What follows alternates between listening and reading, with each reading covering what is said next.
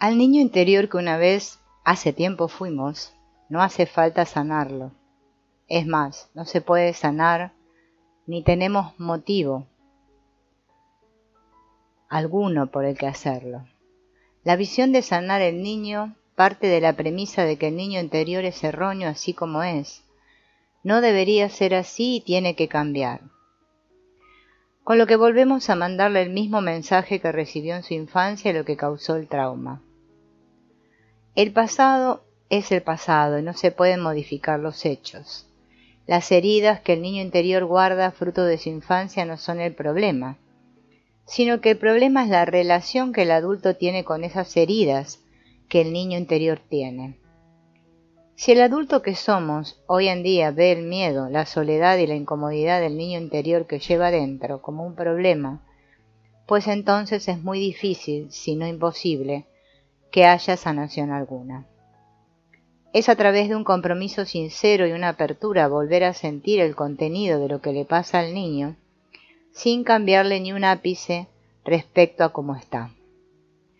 Esto es lo que realmente sana el vínculo entre el adulto y su niño interior. Nuestro niño interior tiene muy buenas razones para sentirse como se siente, y no tenemos por qué convencerlo de que se sienta de otra forma. Lo que sí podemos es mostrarnos abiertos a escuchar la historia de este niño interior y empatizar con él, dejar que su historia entre en nuestro corazón y vivirla acompañándolo en su narración. Si de ahí surge la sanación, pues perfecto, si no, pues perfecto también. Habrás aprendido algo nuevo y valioso sobre tu interior y tu profundidad como humano. Otro de los obstáculos a la hora de reparar y sanar el vínculo entre el adulto y el niño interior son las expectativas que el adulto tiene respecto a la velocidad y el contenido de su proceso de sanación. Si por un momento tratamos de imaginarnos siendo niños de 4 años y llorando porque nos ha sucedido algo desagradable, la pregunta sería, ¿nos resultaría sanador y útil tener al lado a un adulto que mirase el reloj y nos dijese: te voy a cuidar 2 minutos a partir de ahora para que se te pase rápido lo que te ocurre, pero no más, porque tengo muchas cosas que hacer? Si bien es algo exagerado, pero es la manera en la que a menudo encaramos nuestra vulnerabilidad y el vínculo que nos une a ella. Esto requiere de mucha paciencia, escucha y tiempo. Es un proceso para toda la vida. Nuestro niño interior lleva muchos años siendo ignorado y maltratado de diversas formas, y es iluso creer que de la noche a la mañana va a empezar a confiar en el adulto que somos, y que nos va a contar su historia si los últimos decenios hemos estado ausentes para él. Las maneras en las que nos comportamos como adultos están basadas en fuertes patrones que van desde lo físico, pasando por lo emocional, mental, bioquímico y mucho más. Estos patrones se han establecido a base de innumerables repeticiones de esquemas de todo tipo ante situaciones que suponían un reto para nosotros. Por lo tanto, ser compasivos con nosotros mismos y tratarnos con respeto y paciencia es una gran herramienta para avanzar firmemente en la reparación y sanación de este valioso vínculo con nuestro niño interior. Y el último gran elemento en este camino de reparación es la resensibilización, volver a sentir conscientemente nuestro interior. La mayoría de nosotros estamos tan alejados de nuestro mundo interior que pensamos que sentimos, pero pensar que siento no es realmente sentir. Cuando hablamos de sentir, hablamos de llevar nuestra atención sin prisa, juicio ni análisis a las sensaciones reales que están ocurriendo en el momento presente en el interior de nuestro cuerpo, sea cuales sean. Esta habilidad de sentirnos a nosotros mismos es crucial como herramienta de sanación, ya que nuestra vulnerabilidad, nuestro niño interior es el idioma que mejor entiende, el idioma de las sensaciones y emociones. Si aprendemos a tener esta comunicación fluida y profunda, cada vez nos resultará más fácil poder contener los fuertes arrebatos y reacciones de nuestro niño interior en la vida diaria, sin que nos desborden y nos lleven a actuar de maneras que no deseamos en nuestra vida adulta. Nuestro niño interior por lo general reacciona de estas maneras, durante las cuales nos posee y perdemos el control, debido a que no tiene la más mínima confianza en que vamos a tenerle en cuenta y escuchar sus necesidades. El camino de reparación y sanación del vínculo entre el adulto que somos en la actualidad y el niño interior que coexiste con nosotros pasa por un proceso de volver a escucharse, de verdad, a uno mismo. Es sin duda el camino de autoconocimiento humano sincero e integrativo. Para empezar, este camino es valioso, y para la mayoría de nosotros, contar con la ayuda de profesionales que ya han recorrido parte de este. Cada persona puede aprender este nuevo lenguaje interior a su ritmo. Un lenguaje que a lo largo de años se va enriqueciendo y haciéndose cada vez más sutil y fluido. Sanar la sexualidad herida.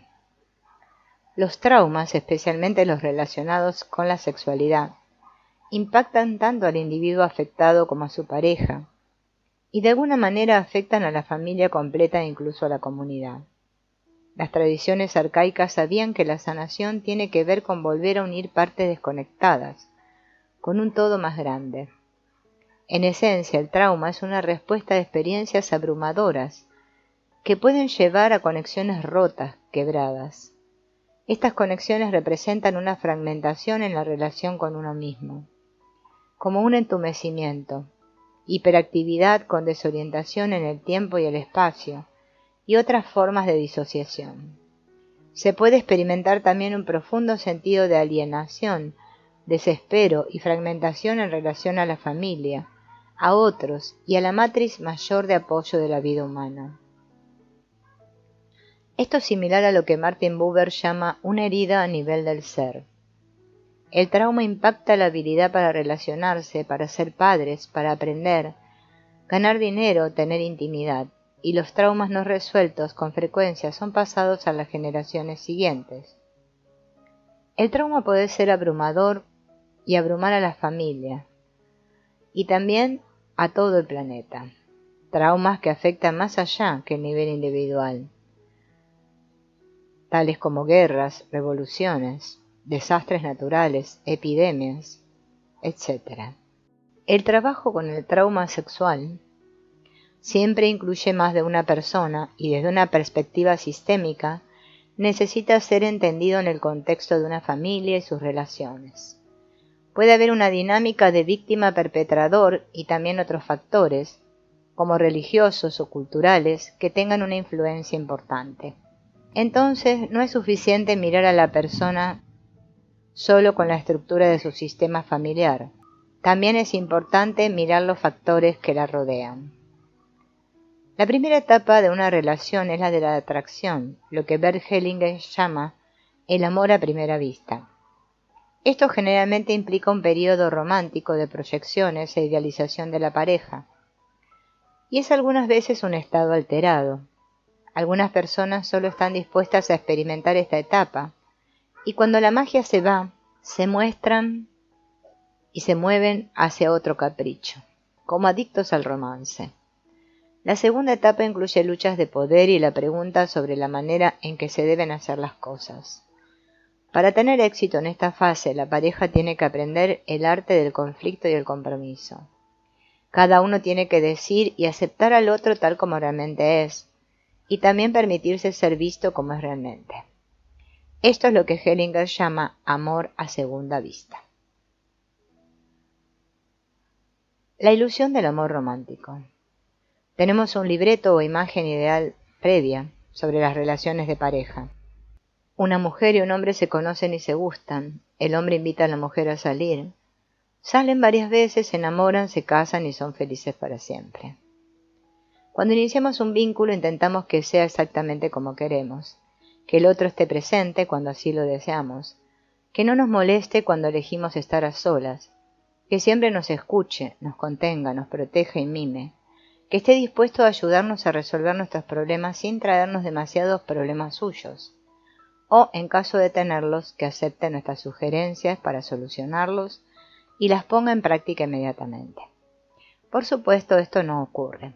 Así, luego de la magia inicial, lentamente vemos que las cosas no son como esperábamos y que comienzan a aparecer nubes en el paraíso idílico en el que creímos haber ingresado. Cuando nuestro compañero o compañera no nos proporciona la dicha anhelada, es común suponer que nos equivocamos y que esa no era la persona adecuada. En tal caso, volveremos a buscar a alguien que nos permita acceder de manera permanente al estado de bienaventuranza deseado. Ello nos lleva a repetir el mismo proceso, solo que con distinta compañía. En la actualidad, el enamoramiento se ha convertido en el terreno donde intentamos encontrar el sentido trascendente de la vida. Pese a que nos cueste reconocerlo, el enamoramiento es una de las proyecciones más intensas y poderosas. La alta tasa de divorcios en algunas culturas muestra el resultado de considerar al enamoramiento como base para una relación duradera. Si bien puede dar paso al amor, este es un cimiento demasiado endeble para un vínculo perdurable. Debido a la proyección, el ser amado se convierte en depositario de cualidades maravillosas y excelsas que por lo general no posee, y no es posible amar verdaderamente a una persona cuyas características reales apenas conocemos. No obstante, el enamoramiento no es un problema, sino una etapa con facetas positivas. Nos revitaliza, nos conecta con el entusiasmo y la pasión. La fascinación ejercida por el objeto de nuestro amor indica que se han activado aspectos inconscientes que vemos reflejados en él o ella y que necesitamos descubrir a nivel interno. Uno de los propósitos de la pareja es la expansión de nuestro corazón y nuestra conciencia, y por esta causa toda relación reactiva los temas que no hemos resuelto, a fin de que logremos ser conscientes de ellos. El reconocimiento de los aspectos inconscientes proyectados en nuestra sombra es un ingrediente fundamental en toda relación de pareja, y es preciso discernir entre el ser amado real y las proyecciones arquetípicas. De acuerdo a un relato en el simposio de Platón, Sócrates y algunos de sus compañeros se reunieron en un banquete y cada uno de los participantes daría un discurso sobre la naturaleza de Eros. Cuando llegó su turno, Aristófanes planteó que el ser humano originario era redondo y tenía 2 caras, 4 brazos y 4 piernas. Poseía gran fuerza y vigor, y los dioses del Olimpo, celosos de su poder, decidieron dividirlo en 2 partes, una femenina y otra masculina, que desde entonces han buscado reunirse con su otra mitad. Este es el origen del mito de las almas gemelas. Buscamos nuestro complemento a nivel externo en la pareja. No obstante, esta historia alude a un proceso psíquico interno. La atracción por otra persona representa la atracción por un aspecto inconsciente propio, y muchas veces el compañero externo es tomado como sustituto de una experiencia interior. Si bien solemos definirnos en función de nuestro género sexual, nuestra realidad psíquica indica que somos andróginos, palabra proveniente del griego andros, hombre, y ginos, mujer. Todos poseemos una imagen femenina y una masculina interna, a las que Jung llamó ánima y ánimos. El ánima es la imagen arquetípica de lo femenino que existe en todos los hombres y que éstos proyectan en las mujeres. El animus es la imagen arquetípica de lo masculino, que está presente en las mujeres y que es proyectada en los hombres. Estos arquetipos configuran la representación inconsciente de cada persona acerca del otro sexo y por lo tanto ejercen una influencia poderosa en nuestras relaciones interpersonales. Durante la primera etapa de una relación se proyecta al ánima y ánimos positivos. Esta proyección es relativamente sencilla de sostener mientras existe un estado infantil de fusión, similar al que experimentamos en el útero materno, y cada uno de los integrantes se siente totalmente aceptado, amado y contenido por el otro. Cuando un hombre proyecta el aspecto positivo de su ánima en su mujer, ésta le resulta encantadora y fascinante. Lo mismo ocurre con la mujer que tiene proyectado el ánimo positivo en un hombre. Sin embargo, como todo arquetipo, el ánimos y el ánima tienen una cara luminosa y otra oscura. Cuando hace su aparición en escena el lado negativo del arquetipo, la mujer ideal se transforma en una bruja insoportable, y el príncipe azul se convierte en un sapo repulsivo. Se produce una crisis en el vínculo, que en ocasiones se intenta resolver mediante la infidelidad, y en otras conduce a la ruptura. Las expectativas frustradas indican la necesidad de retirar nuestras proyecciones para relacionarnos con la realidad de los demás. Los conflictos que se manifiestan en la pareja son un espejo de nuestro mundo interno, y si logramos permanecer en la relación cuando la ilusión comienza a disolverse, surge la posibilidad de ingresar en una nueva fase, más profunda y enriquecedora. Así, el resquebrajamiento de la proyección nos obliga a bucear en nosotros mismos para descubrir allí lo que buscábamos obtener de la otra persona: protección, incrementar la autoestima, llenar el vacío interno. Lamentablemente vivimos con la sensación de que el amor está fuera de nosotros, que es algo que nos dan o nos quitan, un regalo, un premio, algo que merecemos o dejamos de merecer en función de que cumplamos con determinados requisitos. El amor no existe afuera de nosotros, debemos buscarlo en su morada íntima, que es nuestro propio corazón. ¿Quién, sino yo, puede aceptarme y amarme con todas mis características? ¿Quién, sino yo, conoce mi pasado, no para lamentarme, sino para sanar mis heridas? ¿Quién, sino yo, tiene en su poder el pasaje de ida y vuelta hacia lo profundo de mi corazón? Cuando logro darme cuenta de que soy mi propia fuente de amor, todo cambia de dirección. Yo soy responsable de transformarme y darme aquello que espero de la afuera.